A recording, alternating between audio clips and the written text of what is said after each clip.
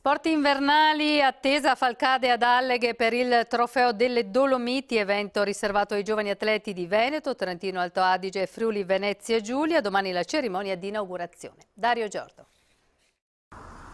Un mese e mezzo fa, con la montagna veneta flagellata dal maltempo, nessuno avrebbe scommesso sull'avvio puntuale della stagione invernale, figurarsi su un evento sportivo, e invece è tutto pronto per l'inaugurazione del Trofeo delle Dolomiti, che vedrà impegnati nello sci, nell'hockey e nel pattinaggio artistico tanti giovani atleti del Triveneto.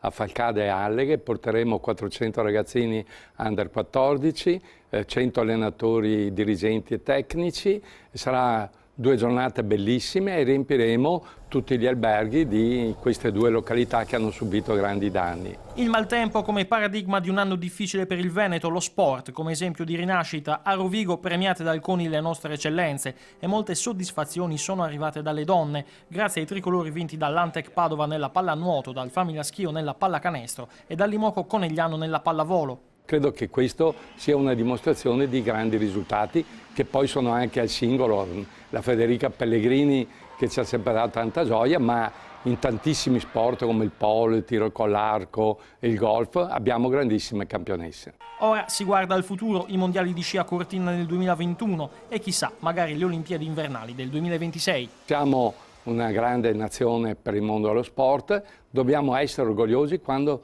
abbiamo la possibilità di organizzare le Olimpiadi. Lombardia e Veneto si sono messi assieme e credo che su questo dobbiamo puntare moltissimo.